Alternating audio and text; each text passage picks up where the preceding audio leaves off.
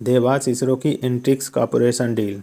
हाल ही में नीदरलैंड के हेग स्थित डिस्ट्रिक्ट कोर्ट ने देवास मल्टीमीडिया कंपनी के विदेशी निवेशकों को दिए जाने वाले 111 मिलियन अमेरिकी डॉलर के मुआवजे के निर्णय को रद्द करने के भारत के अनुरोध को खारिज कर दिया है। इस मुआवजे के भुगतान का निर्णय संयुक्त राष्ट्र अंतर्राष्ट्रीय व्यापार कानून आयोग न्यायाधिकरण द्वारा किया गया था, क्योंकि इसरो के एंट्रिक्स कॉर्पोरेशन और देवास मल्टीमीडिया के बीच वर्ष 2005 में एक सैटेलाइट डील को वर्ष 2011 में रद्द कर दिया गया था। नीदरलैंड के न्यायालय ने इस डील को अनुचित तरीके से समाप्त करने के लिए भारत सरकार को उत्तरदायी ठहराया तथा अपने निर्णय को बदलने से इनकार कर दिया है।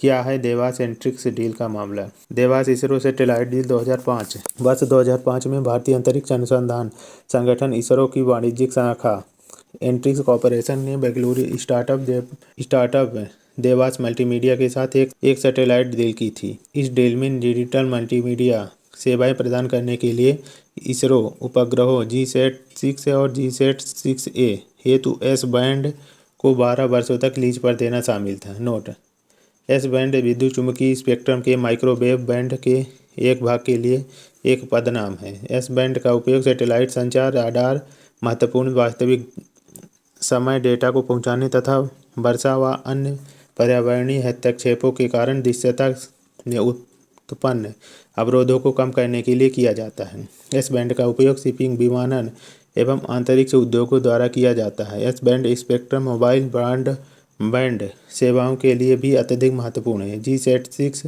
तथा GSAT-6A उच्च शक्ति वाले एस बैंड संचार उपग्रह हैं। सैटेलाइट डील रद्द। वर्ष 2011 में भारत सरकार द्वारा राष्ट्रीय सुरक्षा कारणों के संदर्भ में इस सौदे को अचानक रद्द कर दिया गया है। यह फैसला 2G घोटाले और देवास डील में करीब 2 लाख करोड़ रुपए के मूल्य के संचार स्पेक्ट्रम को मामूली कीमत पर सौंपने के आरोपों के बीच परिसमापन किया गया। कानूनी लड़ाई और मुआवजा। देवास मल्टीमीडिया के विदेशी निवेशकों ने अंतर्राष्ट्रीय अधिकारियों के माध्यम से मुआवजे की मांग की। वर्ष 2015 में international chamber of commerce ICC arbitration tribunal ने देवास मल्टीमीडिया को 1.2 अरब डॉलर का मुआवजा दिया था। डाइचे टेलीकॉम को जिनेवा में स्थायी मध्यस्थता न्यायालय से 101 मिलियन अमेरिकी डॉलर प्राप्त हुए। वर्ष 2020 में मॉरिशस स्थित 3 निवेशकों को UNCITRAL द्वारा 111 मिलियन अमेरिकी डॉलर प्रदान किए गए। भारत सरकार द्वारा मुआवजा नहीं देने के कारण देवास द्वारा जुर्माने की वसूली के लिए इस भारतीय सार्वजनिक क्षेत्र उपक्रम PSU की संपत्ति को नष्ट करने के कारण अमेरिका और यूरोप संघ में अपील दायर की।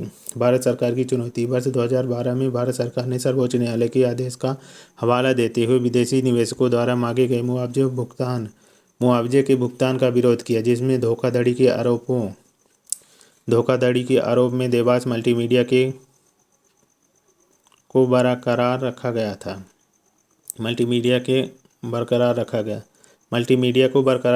था, जिसमें धोखाधड़ी के आरोप में देवास मल्टीमीडिया को बरकरार रखा गया था। वर्तमान में देवास और उसके अधिकारियों की भारत में धन शोधन, मनी लॉन्ड्रिंग और भ्रष्टाचार के लिए प्रवर्तन निदेशालय और केंद्रीय अन्वेषण ब्यूरो द्वारा जांच की जा रही है। हेग डिस्ट्रिक्ट कोर्ट की अस्वीकृति।